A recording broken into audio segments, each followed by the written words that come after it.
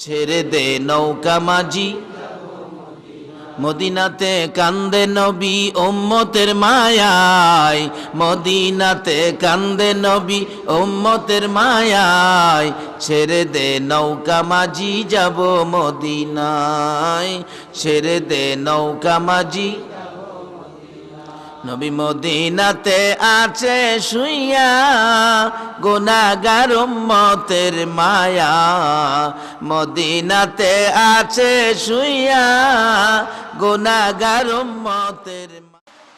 আস্তাগফিরুল্লাহ রাব্বি মিন কুল্লি যামবিন ওয়া আতুবু ইলাইহি। লা হাওলা ওয়ালা কুওয়াতা ইল্লা বিল্লাহিল আলিয়্যিল আযীম। আস্তাগফিরুল্লাহ রাব্বি মিন কুল্লি যামবিন ওয়া আতুবু ইলাইহি। লা হাওলা ওয়ালা কুওয়াতা ইল্লা বিল্লাহিল আলিয়্যিল আযীম।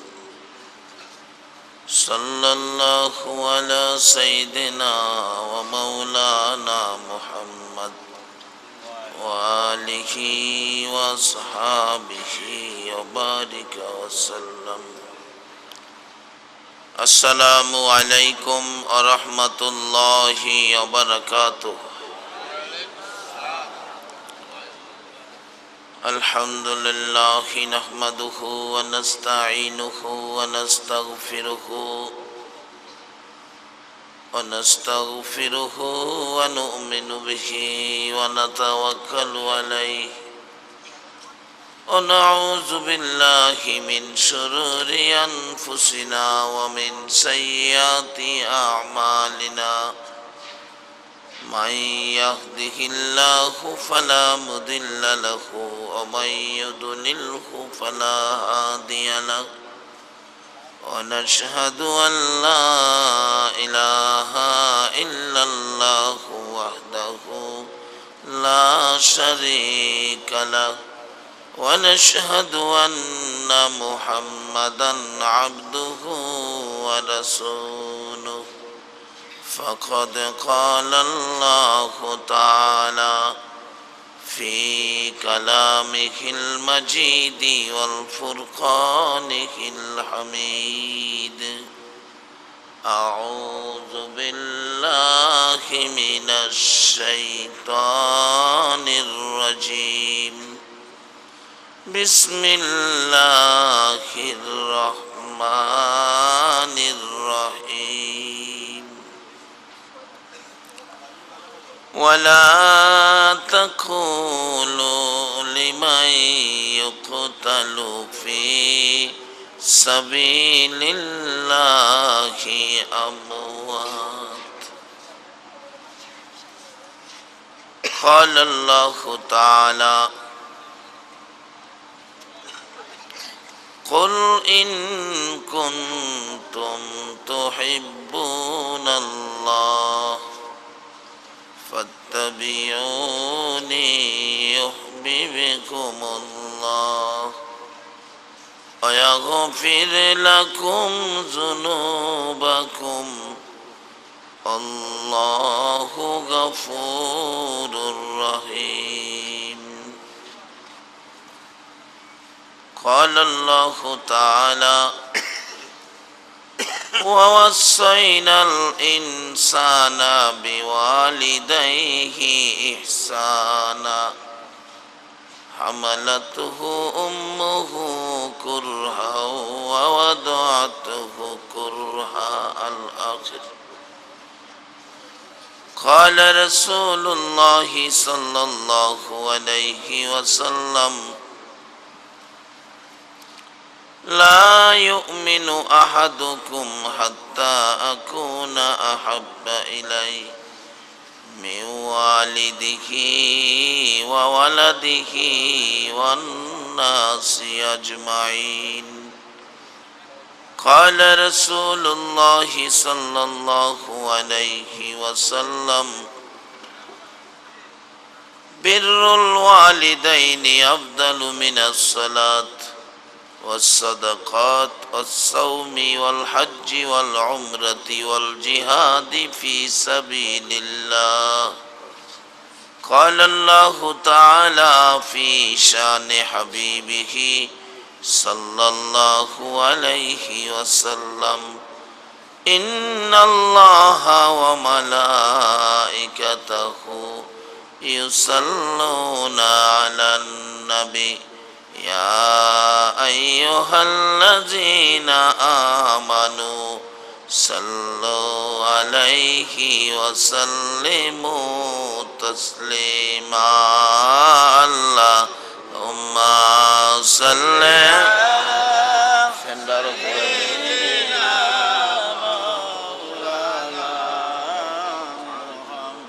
وعلى آل سيدنا مولانا محمد. اللهم صل سيدنا مولانا محمد وعلى آل سيدنا মাওলানা। নবীর মায়া ছেড়ে মানুষ কোথায় আছো বুঝি না, তোমার মায়ায় কান্দে নবী, তোমার মায়ায় কান্দে নবী, শুয়ে সোনার মদিনা। আল্লাহুম্মা সাল্লি সাইয়্যিদিনা মাওলানা মুহাম্মদ ওয়া আলা আলি সাইয়্যিদিনা মাওলানা। আল্লাহ আল্লাহ আল্লাহ লা ইলাহা ইল্লাল্লাহ, আল্লাহ আল্লাহ আল্লাহ লা ইলাহা। পেলে নবী গো বই কি মুদের শেষ বেলায়, আল্লাহ আল্লাহ আল্লাহ লা। আজকের মাহফিলে আপনারা যারা নবীর বাড়িতে আইছেন, আমি আপনাদের পক্ষ থেকে একটা দরখাস্ত করব। আল্লাহ, আমরা তোমার নবীর বাড়ির মেহমান। গাজদানি সাহেব মেহমান নিয়ে মদিনায় গেলে নবী হাত বাহির করে সাক্ষাৎ দিল। আজকে যারা এই নবীর বাড়ির মেহমান গাজীর চটে বসে আছে, তাদের ভাগ্যে কি আছে? আমি আপনাদের পক্ষ থেকে একটা দরখাস্ত করব। আল্লাহ পাক আমাদেরকে আজকের মাহফিলের বিনিময় আর কিছু দেখ বা না দেখ, নবীজিরে একদিন ঘুমের ঘরে স্বপ্নে দেখায়া দেখ। রাজি আছেন? আপনারা কি এতে একমত আছেন? আল্লাহ কবুল করো, সকলে বলো না। তাহলে আসুন আলোচনায় যাই। এই টার্গেটের উপর আমরা নবীকে একদিন স্বপ্নে দেখার টার্গেটে আজকের পরিশ্রম করব, নাকি আবার যাইবেন গা আগে? ওই যাইবেন গা তার কপাল খাইবেন। টার্গেটটা যাতে পুরা হয়, এই টার্গেট সময় আমরা দিয়ে দরখাস্ত করে তারপরে আমরা যাব। যাই হোক, আমি আপনাদেরকে নিয়ে এখন আলোচনায় ঢুকবো। আলোচনার শুরুতে একটা পরামর্শ করি। পরামর্শ হলো, আমরা যেই জমিনের উপর থাকি, এই জমিনটা কার? কারো কোনো দ্বিমত নাই তো? এইভাবে তো আমরা দ্বিমতে যাব কেন? আমরা একমতে থাকবো সব। বেজাল কোনো কাজ নাই, দলাদলিত আমরা নাই, হিংসা বিদ্বেষে আমরা নাই। রাজি আছেন? এই জমিনটা কার বলুন? আল্লাহর। দেখেন, আবার পরে বাড়ি গিয়ে টেনশন করেন না। স্বীকার করে এলাম আল্লাহর, এই জমি জামা বুক করি আমি। আবারও কনফার্ম করে বলুন, এই জমিনটার মালিক কে? আচ্ছা, এই জমিনটার মধ্যে আপনারা কে কতদিন থাকবেন, এই গ্যারান্টিটা কে কে দিবেন দেন তো? কেউ পারবেন না? এতগুলি লোকের মধ্যে একজনও পারবেন না গ্যারান্টি দিতে? তাহলে জমিও আমরা না, কয়দিন থাকবো গ্যারান্টিও দিতে পারি না। আসলে জমি যে আমরা না, এটার মালিক যে আমরা না, এটা বুঝতে গেলে ওয়াজ দরকার পড়ে না, একটা গান যথেষ্ট। গান লন, আমরা একটা গান শুনি। মুরব্বী বাবারা, আপনারা ছোটকালে গান শুনছেন? গান শুনলে চোখের পানি পড়ছে। আব্দুল আলিম গান গাইছে, আপনারা শুনলে চোখের পানি পড়ছে। আর এখন যে গান বাড়িছে, অযৌক্তিক, অসামাজিক, অনইসলামিক, যে গানগুলিও বাংলার সমাজটাকে ধ্বংস করে দিয়েছে। আমরা মুসলমান, আমাদের আদর্শ, আমাদের চরিত্র, আমাদের কার্যকলাপ এত সুন্দর, যেই মুসলমানদের আদর্শ দেখে, কার্যকলাপ দেখে, স্বভাব চরিত্র দেখে বিজাতিরা ভাবতেন এটাই বুঝি শান্তির ধর্ম। আমাদের মুখে থাকবে সবগুলি যুক্তিসঙ্গত গান। আব্দুল আলিম গান গাইতেন, মুরব্বীরা চোখের পানি ছাড়তেন। গানটা কি ছিল? পরের জায়গা, পরের জমিন, ঘর বানায়া আমি রই, আমি তো সে। দেখছেন এটা গানের মধ্যে কত সুন্দর নসিহত। একটা গান যদি বাড়িতে রাখতেন তাহলে মনে হয় এত বেজাল আমাদের মুসলমান সমাজে থাকতো না। আর এখন মুসলমান বাচ্চাদের মুখে গান, কি সুন্দর গান।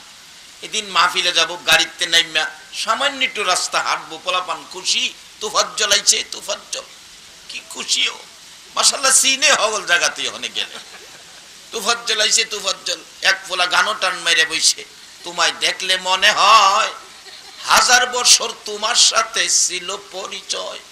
যে গানটা গাইছে হের বয়স ঊর্ধ্বে 10 বছর হইব। 10 বছরের পোলা গান গাইতেছে, 1000 বছর বলে হের কোন বাপের লগে পরিচয়। কথাটা কি সত্য কইল না মিথ্যা কইল? ও মুসলমান, ইসলামের মধ্যে, মুসলমানদের মধ্যে এই অনইসলামিক, অযৌক্তিক জিনিসগুলো কেন ঢুকলো? শুধুমাত্র গার্জিয়ান সচেতন না। গার্জিয়ান যদি সচেতন হতেন তাহলে এই রোগগুলি মুসলমানদের ভিতরে ঢুকতে। মুসলমানদের গান হলো পরের জায়গা, পরের জমিন, ঘর বানায়া আমি রই, আমি তো সেই। ঘরের মালিক যে আপনি না, বানাইছেন আপনি, মালিক যে আপনি না, তার বাস্তবতায় আসুন। আল্লাহ না করুক আজকে স্টেজ প্যান্ডেল আমি সহ আমরা যারা এখানে উপস্থিত, যদি আমাদের মধ্যে কারো মৃত্যু হয়ে যায়, লাশটা কি এখানেই ফালায় রাখবো? বাড়িতে নিত না? আচ্ছা দেখি ফাইসাল আপনারাই দেন, জীবিত অবস্থায় যেই বিছানাটাই যায় শুয়া ঘুমাইতেন, আপনার বান্দা বাড়ি, আপনার পছন্দের খাট, দামি চাদর, জাজিমের বিছনা, কি যে সুন্দর।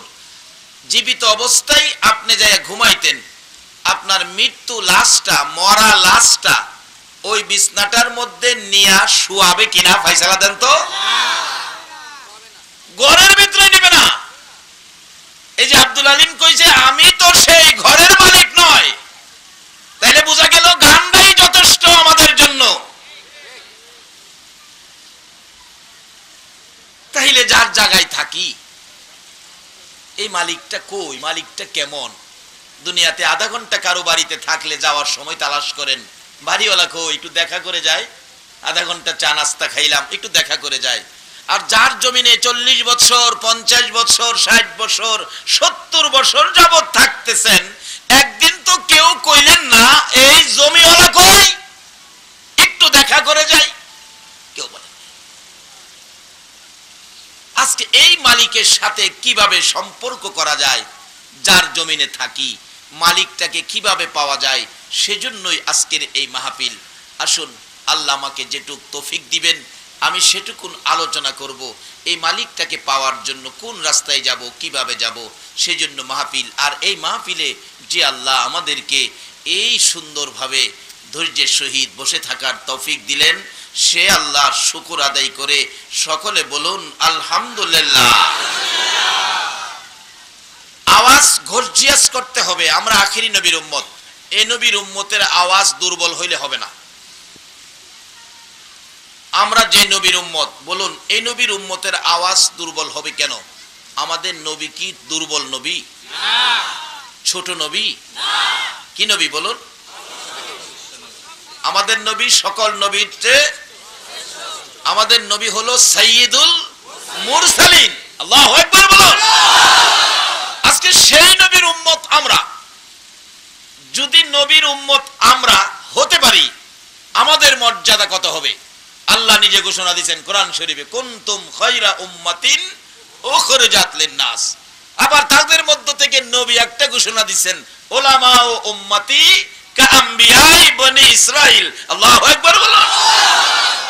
আল্লাহ আমাদেরকে সকল নবী রাসূলের উম্মতের মধ্যে আমাদেরকে উত্তম, সকল মানুষের মধ্যে আমাদেরকে শ্রেষ্ঠত্ব দিয়েছেন আল্লাহর কোরআনের ভাষায়, শুধুমাত্র একটাই কারণ, আমরা যে বড় নবীর উম্মত। এই জন্য আমাদের ইজ্জত সম্মান আল্লাহ পাক বাড়িয়ে দিয়েছেন। যেমন মনে করেন আমাদের দেশে পুলিশ আছে, পুলিশের পাওয়ার আমরা সাধারণ মানুষের চাইতে একটু বেশি না? কি বেশি না? তা আল্লাহ কয় আমিও সকল নবী রাসূলের উম্মতের মধ্যে আখিরি নবীর উম্মতের পুলিশের পাওয়ার দিছি। পুলিশের নবী কয় আল্লাহ গো, এর মধ্যে কিছু অফিসার থাকবে না? পুলিশের মধ্যে অফিসার আছে না? এমনি তো সব লেখা এখানে পুলিশ, পুলিশ এসপি সাহেবের এখানে লেখা পুলিশ, আইজি সাহেবের এখানে লেখা পুলিশ, ওসি সাহেবের এখানে লেখা পুলিশ, তারপর একদম সাধারণ সিপাহীর এখানে লেখা পুলিশ। কিন্তু অফিসারদের প্রমাণ পাওয়া যায় কিভাবে? মাঝে মাঝে এখানে স্টার থাকে, লাল ফিতা থাকে। আমার নবী কয় আল্লাহ, পুলিশের মধ্যে তো অফিসার আছে, আমার উম্মতের মধ্যে অফিসার কে হবে? আমি ফয়সালা দিয়ে দিলাম, উলামা ও উম্মতি কাআম্বিয়াই বনি ইসরাইল। যারা আলেম উলামা তারা হলো অফিসার। মর্যাদার দিক থেকে কত? বনি ইসরাইলের সম্মানী পয়গম্বরদের মতো। জোরে কান সুবহান। আচ্ছা, এই জিনিসগুলি আমরা ধরে রাখবো কিভাবে?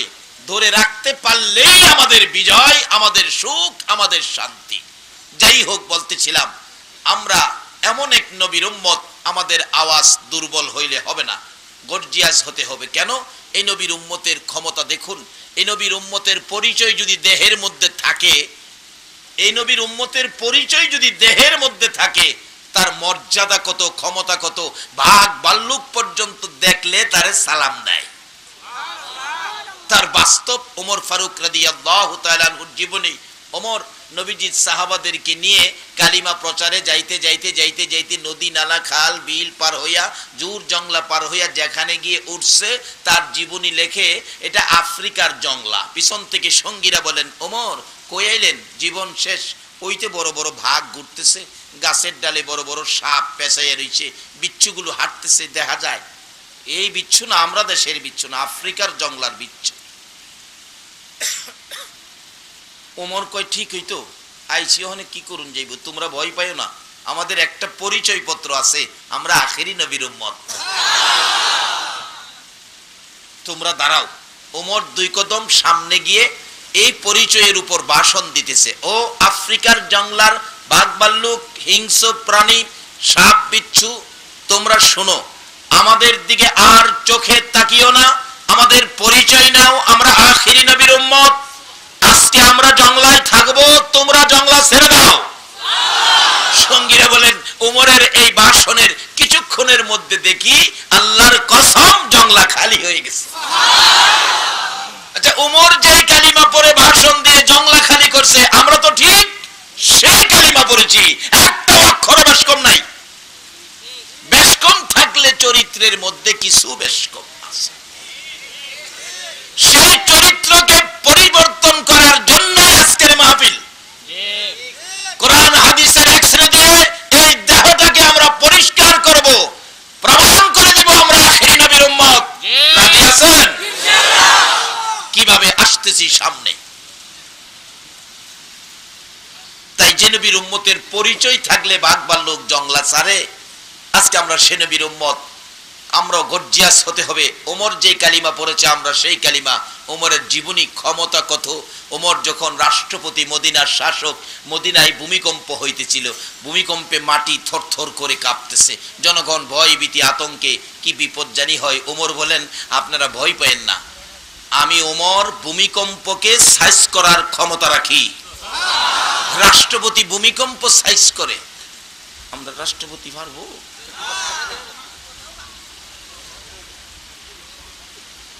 তত্ত্বাবধায়ক সরকারই পারছে না। ওমর ভূমিকম্পের বিরুদ্ধে লাঠি লিয়ে বেরিয়েছে, আঘাত করতেছে। থামো, কি পাইছো? ভূমিকম্পের নাম দিয়ে নড়াচুরি করে ও নবীর উম্মতের কষ্ট দিবি, সাইজ কিরা ফেলামু। ভূমিকম্প থামায়া অবশেষে বলতেছে, এরে মদিনার মাটি, তুই যে ভূমিকম্পের নাম দিয়ে নড়াচুরিটা করলি, তোর কি লজ্জা করলো না? তুই কি জানোস না এই মাটিতে যে আমার রাসূল ঘুমিয়েছে? উমরের চাবুকের আঘাতে মদিনার মাটি এমন ভাবে খামোশ হয়েছে, কিয়ামত পর্যন্ত মদিনায় আর ভূমিকম্প হবে না। যে নবীর উম্মত ভূমিকম্প থামিয়ে দিতে পারে, আমরা তো সেই কালিমাটা পড়ে সেই নবীর উম্মত, সেই পরিচয় কালিমার ইজ্জত রাখতে যায়া গর্জিয়াস কণ্ঠে শেষবারের মতো সকলে বলুন আলহামদুলিল্লাহ। মাশাআল্লাহ, সুন্দর হয়েছে। আচ্ছা, এত সুন্দর করে কার শুকর আদায় করলেন বলুন তো? কোন আল্লাহ চিনচিননি? যার জমিনের মধ্যে বসে আছে, জমিনটা যার, শুকর আদায় করলাম তার। কেন শুকর আদায় করবেন না? আজকে এই কোরআনের মজলিসে আসার জন্য বাড়ির থেকে যখন বাহির হইছেন, আল্লাহ পাক ফেরেশতাদেরকে ডাইকে বলেন, ফেরেশতারা তোরা সাক্ষী থাক, এই মানুষগুলো মাদ্রাসার পক্ষ থেকে আয়োজিত মাহফিলে যাইতেছে। ও ফেরেশতারা, এই মাহফিলে যাইতেছে, কোরআন হাদিসের আলোচনা শুনবে। এই পক্ষে পাওটা বাড়াইলো, পিছনের পাওটা উঠাইবার আগে আমি তাদেরকে মাফ করে দিলাম। প্রশ্ন আসতে পারে, হুজুর মাফ তো চাইছি না, মাফ যে পাইলাম। মাফ পাওয়ার কারণ, রাসূল বলছে যেখানে কোরআন হাদিসের আলোচনা হয় এই জায়গাটা বেহেশতের বাগান হয়। বেহেশতে কি গুনাহ লইয়া যাওয়া যাবে? আচ্ছা বাস্তব আসুন, আমি যত আদুরের হুজুরই হই, বক্তা হই, যে বিছনাটা কইরা রাখছে অফিসে, আমি যদি এই পর্যন্ত কাদা লইয়া এরা উঠতে চাইতাম, আমার কি দিতে উঠবার লেগা?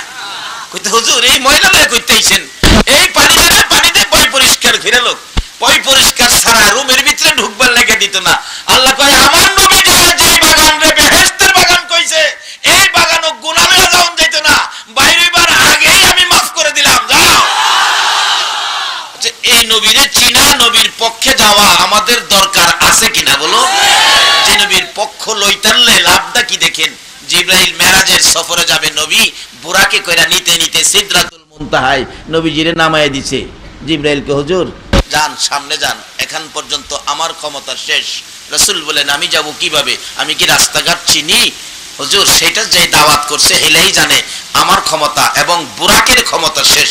1 ইঞ্চি সামনে গেলে আল্লাহর নূরের তাজাল্লিতে জ্বলে পুড়ে ছাই হয়ে যাব।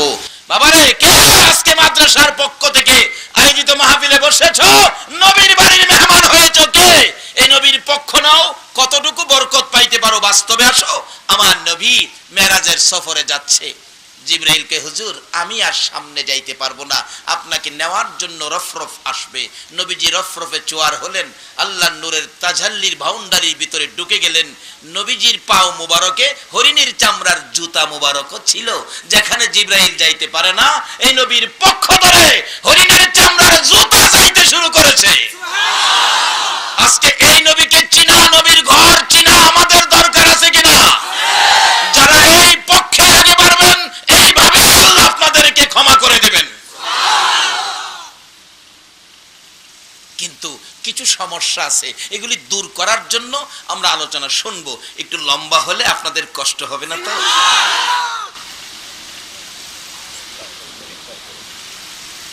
জিনা কইও আবার একটু পরে কইবো জায়গা, বাঙালি তো হগলার মধ্যে কইতা নেয়। বিশ্বাস না করলে দেখবেন, দেখেন আপনারা মাশাআল্লাহ সবাই 2 ঘন্টা সময় দিতে রাজি আছেন তো? হ্যাঁ মাশাআল্লাহ। কে যাইবেন গা হাত তুলে দেখান। এই যে দেখছেন কিছু হাত উঠছে না, যে শূন্য জবাব দিতে হবে। আল্লাহু আকবার বলুন।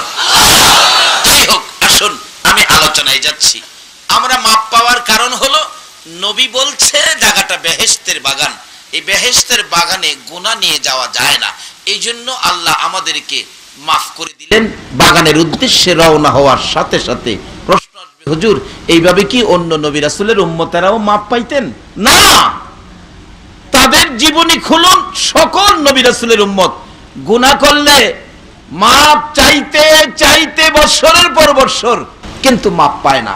কিন্তু আমরা এত সহজে মাপ পাওয়ার কারণ যদি জানতে হয় যেতে হবে আমার নবীর জীবনী। আমার নবী, আপনার আমার ব্যথা এত ব্যতীত, যেদিন নবী দুনিয়া থেকে বিদায় হবেন আমার আল্লাহ প্রস্তাব পাঠাইলেন, জিবরাইল রে যা রে আমার বন্ধুর কাছে যা। আমার বন্ধু এই জমিনে কোরআনের পক্ষে কালিমা প্রচারে যাইয়া কালিমার পক্ষ লইয়া কত জায়গায় মার খেয়েছে, কত জায়গায় আমার বন্ধু অপমানিত হয়েছে, কত জায়গায় আমার বন্ধু কষ্ট পাইছে, ব্যথা পাইছে রে।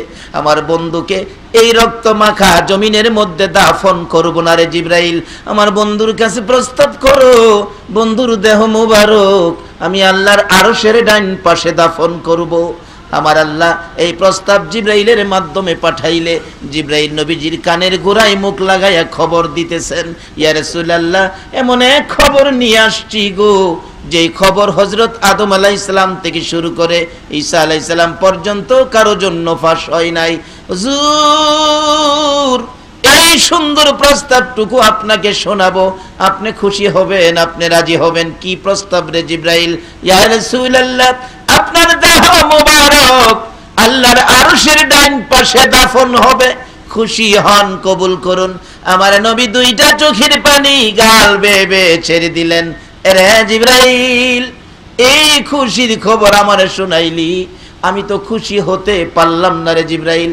হুজুর চোখের পানি ছেড়ে দিলেন, এত সুন্দর খবর শোনানোর পরেও ব্যাপার কি, ঘটনা কি?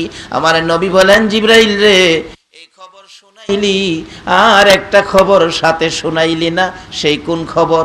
রে জিবরাইল আমার দাফন আল্লাহর আরশের ডান পাশে হবে। আমি জানতে চাই রে জিবরাইল, আমি যদি আল্লাহর আরশের ডান পাশে পড়ে থাকি, আমার গুনাহগার এতিম উম্মতেরা আমি নবীর পাশে যাওয়ার জন্য যখন মন চাবে রে, আমার পাশে যাওয়ার জন্য, আমার রওজা জিয়ারত করার জন্য আমাকে সালাম শোনাবে, মন ভরে পাশে দাঁড়াবে, দুরূদ শোনাবে, ইচ্ছে করলে কি আমার এতিম উম্মতেরা আল্লাহর আরশে যাইতে পারবে? জিবরাইল বলেন, না না, আপনার উম্মতেরা আরশে যাইতে পারবে না। আমার নবী চোখের পানি ছেড়ে কান্দে, জিবরাইল আমি কেমনে রে প্রস্তাব রাখবো যেখানে আমার উম্মত যাইতে পারবে না রে, আমি রাসূল সেখানে যাব না। আমার আল্লাহ বলেন, জিবরাইল রে আর একটা প্রস্তাব করো রে, আমার বন্ধুর দেহ মোবারক আমি আল্লাহ সিদরাতুল মুনতাহায় ভালো ব্যবস্থা করে রাখবো।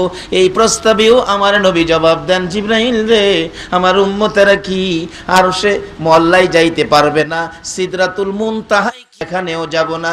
আমার আল্লাহ বলেন, আরেকটা প্রস্তাব করো, আমার বন্ধুর দেহ মুবারক আমি আল্লাহর জান্নাতুল ফিরদাউসে রাখবো। আমার নবী কি জবাব দিতেছেন, জিবরাইল রে আমার উম্মতেরা কি ইচ্ছা হইলে, মন চাইলে আমার সাথে দেখা করার জন্য ওই জান্নাতুল ফিরদাউসে যাইতে পারবে। জিবরাইল বলেন, না না এটা তো পারবে না, উম্মতের সুযোগ দেওয়া হবে না। আমার নবী কান্দে, জিবরাইল এই প্রস্তাব আমি কেমনে রাখবো রে জিবরাইল, আমার উম্মতের যেখানে যাইতে পারবে না আমি নবী সেখানে যাই থাকতে পারবো না। আমার আল্লাহ বলেন, ও জিবরাইল আমার বন্ধুর কাছে প্রস্তাব রাখো, বন্ধু কোথায় থাকতে চায় আমি আল্লাহ সেখানেই রাজি হইব। এই নবীর আদর্শ মানা, এই নবীর পক্ষে থাকা, এই নবীর তরিকায় থাকা, বলুন আমাদের দরকার আছে কিনা? এটাই হবে মুসলমানদের বিজয়ের পক্ষ। এই আদর্শ ছাড়া, এই তরিকা ছাড়া, এই নবীর দেখানো রাস্তা ছাড়া বিজয়ের আর কোন রাস্তা নাই। জিবরাইল প্রস্তাব করলেন, নবী গো তিনটা প্রস্তাব, উম্মতের ব্যথায় রাখতে রাজি হলেন না, আপনি কোথায় থাকবেন? আল্লাহ বলছে আপনি প্রস্তাব করতেন, আমার আল্লাহ প্রস্তাব রাখবে। আমার নবী কান্দে, চোখের পানিতে জামা কাপড় ভিজে গেছে। রে জিবরাইল, আমার পক্ষ থেকে একটা প্রস্তাব আমার প্রভুর দরবারে তুলে ধরো। আমি নবী আরশে যাব না, সিদরাতুল মুনতাহায় যাব না রে, জান্নাতুল ফিরদাউসে যাব না, আমি আমার তামাম পৃথিবীর উম্মতের ব্যথা বুকে লইয়া সোনার মদিনার মাটিতে পড়ে থাকবো। বলুন নবী এখনো সোনার মদিনার মাটিতে শুইয়া আছে কিনা? যেই নবী এত সুন্দর ব্যবস্থাপনা শান্তি পাইয়া গেল না আপনার আমার মায়ায়, এই নবীকে খুশি করার মতো কিছু কাজ করা আমাদের দরকার আছে কিনা? কেন মাপ পাবেন না? শুধু এটাই শেষ নয়, এই নবীর উম্মত সহজে মাপ পাওয়ার কারণ, মাহফিলের পক্ষে রওনা হইলেই মাপ পাওয়ার কারণ শুধু এটাই শেষ নয়। আমার নবী উম্মতের ব্যথাই ব্যথিত, উম্মতের জন্য নবী দরদি। আমার নবী দুনিয়ার থেকে বিদায় হওয়ার আগে এই ঘটনাটা ঘটেছিল। মা আয়েশা সিদ্দিকা বলেন, শুধু এটাই শেষ নয়, আমার নবী কি দেখেছি উম্মতের ব্যথায় নবী কত ব্যথিত। রাত্রে অল্প সময় ঘুমাইয়া বাকি সময় সেজদায় পড়ে উম্মতি উম্মতি বলে কাঁদতেন। আমার নবীকে একদিন প্রশ্ন করেছেন মা আয়েশা সিদ্দিকা, ইয়া রাসূলুল্লাহ, জীবনে বহু জায়গায় মার খেয়েছেন, নবী গো আমি জানতে চাই কোন দিনের মায়ের আপনার কাছে বেশি কষ্ট হয়েছে?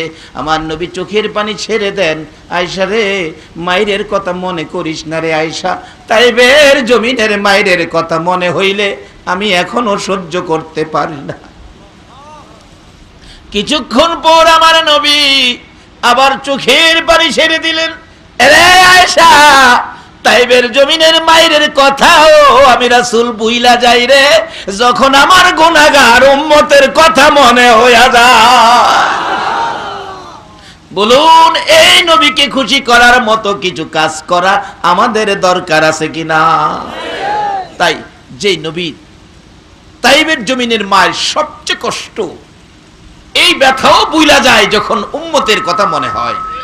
এই ব্যথায় ব্যথিত বিধায় আল্লাহ এই নবীর উম্মতের এই সহজে মাফ করে দেন, মাফ দেন। এই আল্লাহকে কিভাবে পাওয়া যায় সেজন্য একটু আলোচনা, আল্লাহ যদি তৌফিক দেন আলোচনা করব।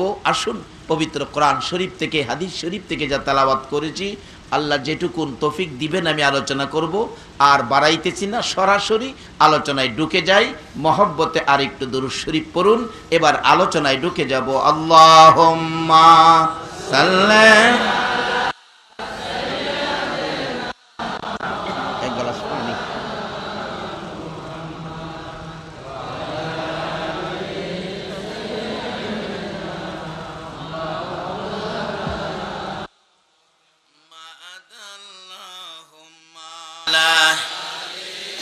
সাইয়্যিদিনা নবীর মায়া ছেড়ে মানুষ কোথায় আছো বুঝি না,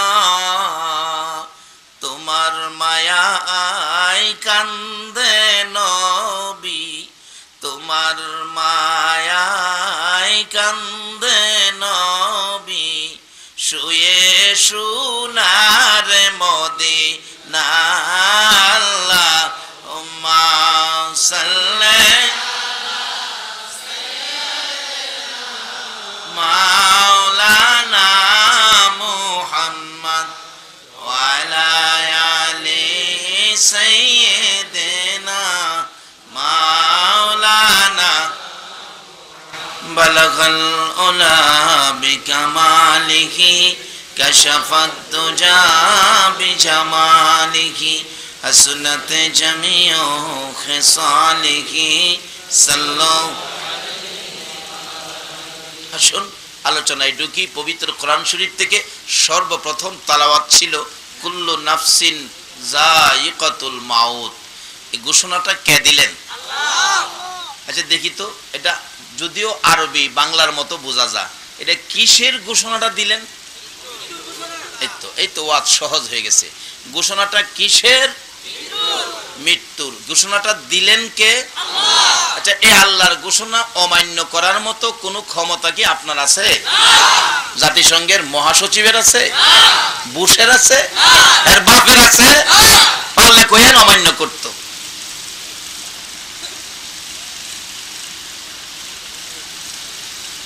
সকল প্রাণী একদিন মৃত্যুর কুলে ডলে পড়বে, তাইলে আমরা সকলে মরে যাব, আল্লাহর ঘোষণা, এটা রাইট কি কন? লন জিগাই আল্লাহ আমরা মইরা যাবো, আমরা কি লেগে বানাইছেন? দেখেন আল্লাহ জবাব দিব। অন্য নবীর উম্মতের সাথে আল্লাহ কথা কয় না, শুধু আখিরি নবীর উম্মতের সাথে কথা কয়। কত সুন্দর কথা আল্লাহ ডাকে, ওয়াইজা সালাকা ইবাদি আন্নি ফাইন্নি করিব। নবী গো, আমার বান্দারা কি আমার কথা আপনারে জিগায়? আপনি বললেন আমি তাদের নিকটে। আল্লাহ বলে আমরা নিকটে। কি সুন্দর কথা, আমরা নিকটে আল্লাহ। অন্য কোন নবীর উম্মতের লগে এইভাবে কয় না, শুধু আমরা লাগিয়া। কেন? আমরা যে আল্লাহর বন্ধু, যার ভালোবাসায় কুল কায়নাত, যার প্রতি মহব্বত, হায় হায়, আল্লাহ নিজে 24 ঘন্টা যে নবীর মহব্বত ভালোবাসায় দুরূদ ও সালাম পাঠ করে, এই নবীর উম্মত বিদায় আল্লাহ আমরা নিকটে।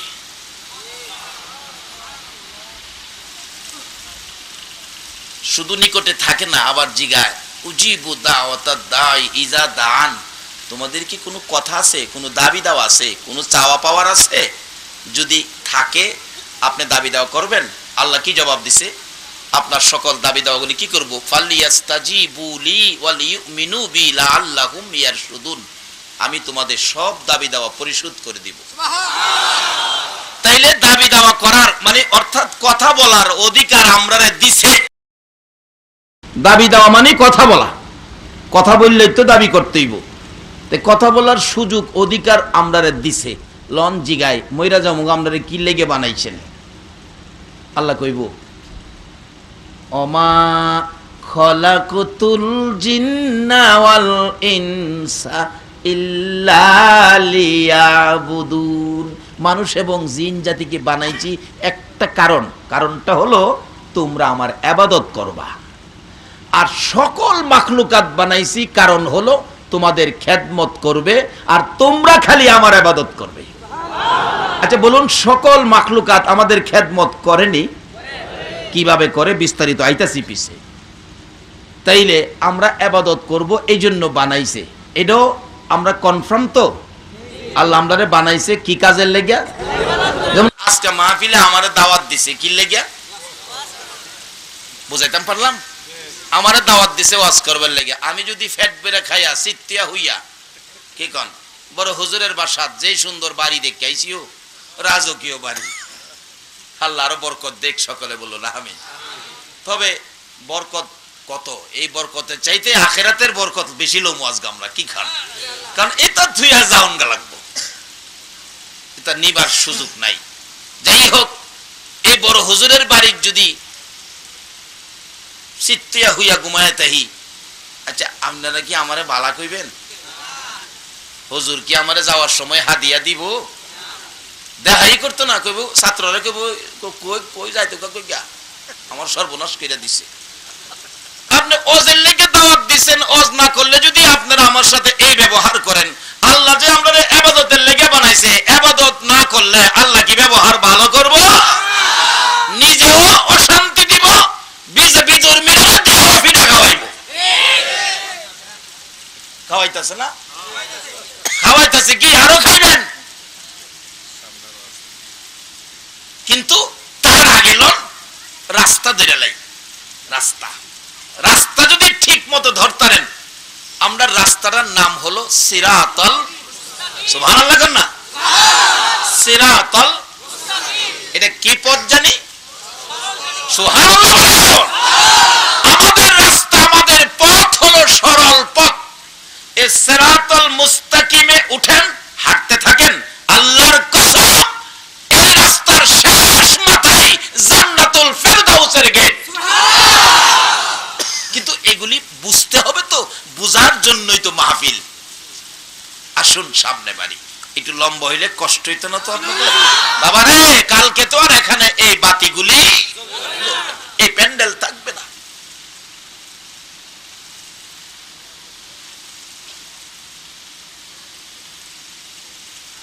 একটু কষ্ট হইলেও কষ্ট করুন। আল্লাহরে লঞ্জি গাই, আমরা ইবাদত লেগে বানাইছি না, ইবাদত করলে আপনারা কি দিবেন? অন্য নবীর উম্মতেরা এটা জানেই না, কইব কেমনে? এটা জানতে গেলে কৌশল শিহন লাগে। এই নবীর উম্মত, আখিরি নবীর উম্মত এগুলি সব জিগাইতারে। আল্লাহ ইবাদত করলে কি দিবেন? ওই যে কোরআন শরীফ কইতাছে, ফাদখুলি ফি ইবাদি ওয়াদখুলি। আল্লাহু আকবার বলুন। এই কথাগুলি কার কার? আল্লাহ কইছে, তোমরা যদি আমার ইবাদতে ঢুকো, আমি তোমরা 10টা পৃথিবীর সমান একটা জান্নাতে ঢুকাবো। এটা কি করলে? আচ্ছা, এখন যেই যুগে পড়ছি, যেই বেজাল আমরা মুসলমানদের মধ্যে দলাদলি, অনেক কোন দলে যায়া ইবাদত করলে বেহেশত পাইবেন, যেই যুগে পড়ছি ফিরে ফিরে ওলাগে জায়গা। কোন ফিরের মুরিদ হইলে বেহেশ পাইবেন, কোন দলের ইসলামে ঢুকলে বেহেশ পাইবেন। আল্লাহ কয়, তোমরা যে এটা করবা আমি ভালো রকম জানি। তোমরা রে ফাইসালা আমি কোরআন দ্বারা দিলাম। ফাইসালা কি? ওমাই ইউতির রাসূলা ফাকাদ আতাল্লাহ। তোমরা আমার রাসূলের কথাগুলি মানো, এই রাসূলের কথা মাইন্না যারা চলবা তাদেরকে আমি জান্নাত দেব। রাসূলের কথাগুলি মানো, তাইলেই হবে আমি আল্লাহর কথা মানা। কেন? রাসূল জীবনে নিজে বানায়া কোনো কথা বলেন নাই, আমি যা বলাইছি তাই বলেছি। তাইলে আমরা জান্নাত পাইতে গেলে কার কথা মানতে হবে? আল্লাহর কথা মাফিক কার কথা মানতে হবে? রাসূলের কথা। ওমাই ইউতির রাসূলা ফাকাদ আতাল্লাহ, মানতে হবে রাসূলের কথা। এবার রাসূল যদি একটা কথা কয়, আপনারা কি মানবেন? রাসূল বলতেছেন, এই জিনিসগুলি যেগুলি আপনাদের সামনে কোরআন থেকে উঠাইলাম, এই কথাগুলো বুঝতে গেলে রাসূল বলছে এইগুলি বুঝলেনে তুমি মানতা। বুঝতে গেলে দরকার হবে জ্ঞান অর্জন করা। তলাবুল ইলমি, রাসূল বলতেছেন, তলাবুল ইলমি ফারিজাতুন আলা কুল্লি মুসলিমিউ ও মুসলিমা। সকল মুসলমান মেয়ে এবং পুরুষ জ্ঞান অর্জন করতে হবে এই জিনিসগুলি বুঝার জন্য।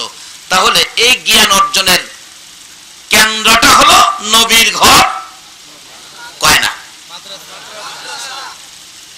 মাদ্রাসার একটা ছাত্র রাস্তাটা হাইটা যাবে, রাস্তায় বাহির হইছে, নবীর ঘরের মেহমান বিদায়, আল্লাহর ফেরেশতারা তাকে ইজ্জত করার জন্য নূরের তৈরি পরগুলো জমিনে বিছায়া দেয়। এমনকি একজন মাদ্রাসার ছাত্র রাস্তা দিয়ে হাইটা গেলে, আশপাশে কোনো কবরস্থান থাকলে আল্লাহ নির্দেশ দেয়, ফেরেশতারা কবরের আযাব বন্ধ বন্ধ বন্ধ। ফেরেশতারা কয়, আল্লাহ আপনি না কইলেন হেরে আযাব বেশি দিতাম, অক্ষণ আবার হঠাৎ করে বন্ধ? কয়, আমার বন্ধুর ঘরের মেহমান আইতাছে, মেহমান আইতাছে, বন্ধ কর। এমনিও দেখেন আপনাদের এলাকায় এরকম হয় কিনা, অনেক এলাকায় হয়। দুইটা মহিলা ঝগড়া লাগছে, মসজিদের ইমাম সাহেব হুজুর, আমাদের মুহতামিম সাহেব বড় হুজুর আইতাছে, আরেক মহিলা দেখবেন দৌড় গিয়া কয়, তোরা কি মানুষ গরু দেখোস না? হুজুর আইতাছে, ঝগড়া বন্ধ করোস না। সামাজিক ভাবেও একজন ইমাম সাহেব একজন হুজুর আইলে মহিলারা ঝগড়া বন্ধ করে দেয়। আল্লাহ কয়, আমার নবীর ঘরের মেহমান আইলে আমিও তাদেরকে ধমক দেই, এই আযাব বন্ধ কর, বন্ধ। ফেরেশতারা কয়, আল্লাহ আপনি কইছেন বেশি দিতাম, ব্যাপার কি? কইটা হস না, মেহমান আইতাছে, আমার বন্ধুর ঘরের মেহমান, তবে তোরা আযাবটা বন্ধ রাখ। ফেরেশতারা কয়, মেহমান গিয়া লোক, গিয়া লোক। আল্লাহ কয়, কি কইতাছস? আল্লাহ মেহমান গেলে আবার ধর্ম।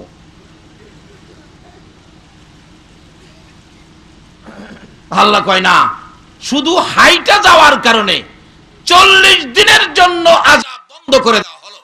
নবীর কথা মানবে যারা হবে জান্নাতি। বলুন, নবীর কথা মানবে যারা বে জান্নাতি না মানিয়া আবু জাহেল হইল দুজুকি, না মানিয়া আবু জাহেল। এই নবীর কথা মানলে জান্নাতি, না মানলে দুজুকি, মানলে আবু বকর, না মানলে আবু জাহেল। আপনারা কি আবু বকর হইবেন না আবু জাহেল হইবেন?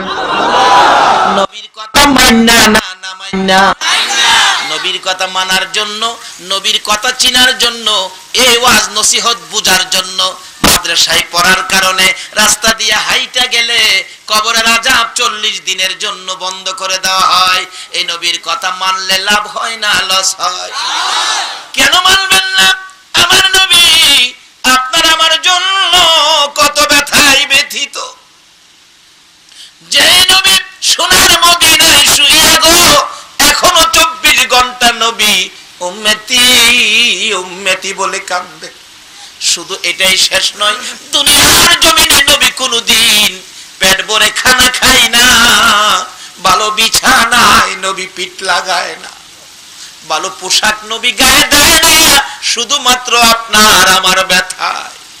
মা আয়েশা সিদ্দিকা বলেন, কত কিছু দেখেছি, উম্মতের ব্যথায় নবী কি করেছেন। একদিনের ঘটনা, আমার নবী গোসল করে হুজরায় ঢুকলে অনুমতি চাইলাম তোল মালিশ করব। যাইয়া দেখি নবীর চেহারা কত সুন্দর, চোখ ফিরানো যায় না। এত সুন্দর চেহারার মাঝে মাঝে বসন্তের দাগের মতো কালো কালো দাগ চামড়ার ভিতরে গর্ত হইয়াছে। মা আয়েশা প্রশ্ন করলেন, ইয়া রাসূলুল্লাহ, এই দাগ আপনার সুন্দর চেহারায় কোত্থেকে আসলো? জানতে চাই গো নবী, দাগগুলো কিসের? আমার নবী চোখের পানি ছেড়ে দিলেন, গাল বেয়ে বেয়ে চোখের পানি ঝরতেছিল। আয়েশা রে, এই দাগের কথা জিজ্ঞেস না রে, এই দাগের কথা জিগাইলে আমার কলিজা মানে না। রে আয়েশা, এই দাগগুলো বসন্তের দাগ নয় রে আয়েশা, এই দাগগুলো হলো তাইবের জমিনের যুবকদের পাথরের আঘাতের দাগ। বাবা যুবকেরা, আজকে সেই নবীর পক্ষে নবীর বাড়ি মাদ্রাসার মাহফিলে কারা বসে আছো গো? আমার মন বলে তোমাদের জন্য আমার নবী ফুলসিরাতের ঘাটে বসে থাকবে। আমার নবী আপনার আমার জন্য কত ব্যথায় ব্যতীত। নবী ডাকতেছেন, আয়েশা রে, এই দাগগুলো তাইবের জমিনের যুবকদের পাথরের আঘাতের দাগ। মা আয়েশা সিদ্দিকা বলেন, ইয়া রাসূলুল্লাহ, এই দাগগুলো যদি তাইবের জমিনের যুবকদের পাথরের আঘাতের দাগ হয়, এই দাগ যদি আপনার মায়ের হয়, আমি এখন কষ্ট পাবো দাগের দিকে তাকাইলে। হুজুর, আমি জানি আপনি দোয়া করলে আমার আল্লাহ দোয়া কবুল করেন, একটু দোয়া করুন দাগগুলো যেন আমার আল্লাহ পরিষ্কার করে দেয়। আমার নবী কান্দে, আয়েশা রে, মায়ের দাগ আমি দোয়া করে পরিষ্কার করব না রে আয়েশা, এই কথাটা আর কোনোদিন বলবি না। যেদিন হাসরের জমিন কায়েম হবে, আকাশ উপরে সূর্য নেমে আসবে, সূর্যের তাপে মাটি তামা হয়ে যাবে, মাথার মগজ গলে নাকে মুখে কানে দিয়ে বাহির হবে, পানির পিপাসায় জিহ্বা বাহির হইয়া লম্বা হইতে হইতে পায়ের নিচে চলে যাবে। ওই দিন আমার উম্মতেরা নবী কই নবী কই বলে কাঁদবে। আমি নবী ব্যতীত ওই বিপদ মুহূর্তে কেউ আমার উম্মতের কান্না শোনার থাকবে না। আমার বিপদগামী উম্মত গুলো লইয়া আমি আরশের কিনারে দাঁড়াবো, এক একটা দাগের বিনিময় কোটি কোটি গুনাহগার উম্মতের নাজাতের দাবি করব। আমার আল্লাহ বলেন, বন্ধু গো, তোমাকে কত ভালোবাসি গো, 63 বছর জিন্দেগির মধ্যে তোমার সুন্দর চেহারায় আমি আল্লাহ একটা মশা মাছি বসতে দেই নাই, একটা পোকা মাকড় কামড় দিতে দেই নাই। ওই পাথরের আঘাতের দাগ উম্মতের নাজাতের জন্য রেখে দিলা। যাও বন্ধু, আমি আল্লাহ কথা দিলাম, তোমার উম্মত যারা হবে, তোমার পক্ষে যারা থাকবে, তোমার কথা যারা মানবে, আমি আল্লাহ তাদের একটু সুযোগ যদি পাই, একটু ওসিলা যদি আমি আল্লাহ পাই, তোমার উম্মতের মাপ চাইতে হবে না, আমি আল্লাহ মাফ করে দিব। আজকে নবীর উম্মত হওয়ার জন্য যে রাস্তাগুলো আমাদের চিনা দরকার আছে কিনা? বাবারে, ঘোষণা হয়ে গেছে, কুল্লু নাফসিন যায়িকাতুল মাউত। বাবারে, ঘোষণা হয়ে গেছে, ওয়ারেন্ট হয়ে গেছে, মৃত্যুর ঘোষণা, ওয়ারেন্ট আপনার আমার নামে হয়ে গেছে। আজকে ওয়ারেন্টের আসামি ধরাত পড়লেই পুলিশ একটা ভান দিয়ে থানায় নিবে। আমরা এমন এক কোর্টের আসামি, ধরা পড়লে একটা বান দিবে না। গোসল দিয়ে সাদা কাফন পরাইয়া মাথার মুড়ি টাইনা টাইনা বাঁধবে, বাঁধবে কিনা? পায়ের মুড়ি টাইনা টাইনা বাঁধবে, মাঝখানে আরো একটা ভাগ। তিন বান্দার আসামি তুমি আমি হইতে হবে। ওয়ারেন্ট হয়ে গেছে, ঘোষণা হয়ে গেছে, ধরা পড়লে তিন বান্দার আসামি বানাইয়া অন্ধকার কবরে নিয়ে যাবে। দুনিয়ার আসামি তো ধরা পড়লে টেলিফোন করলে দারোগা সাহেব রাস্তা ছাইরা দেয়, থানাত নিলেও এমপি সাহেবের টেলিফোন ছাইরা দেয়। বলুন, যে কোর্টের ওয়ারেন্ট কুল্লু নাফসিন যায়িকাতুল মাউত, এই দুনিয়ার কারো টেলিফোনে ধরা পড়লে কি আপনাকে ছাড়া হবে? এই চিন্তা পড়লে আগিলা মুরব্বীরা ঘর বাড়ি সংসার টাকা পয়সা ধন দৌলত সব রাইখাও রাত্রে গুনগুনায় কি বলে মিছামিছি কাটাইলাম জিন্দেগি। বলুন, মিছামিছি কাটাইলাম জিন্দেগি, চোখে দেখা হারাইলাম বন্দিগি। হাইরে চোখে দেখা হারাইলাম কার বাবারি কার বাগর কার বা কি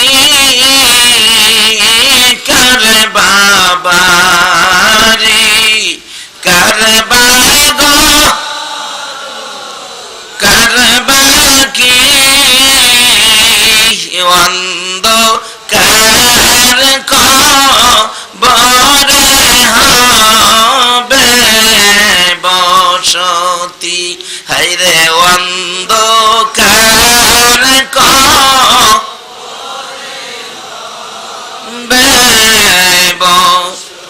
এই দুনিয়া মুসাফির খানা জানো না,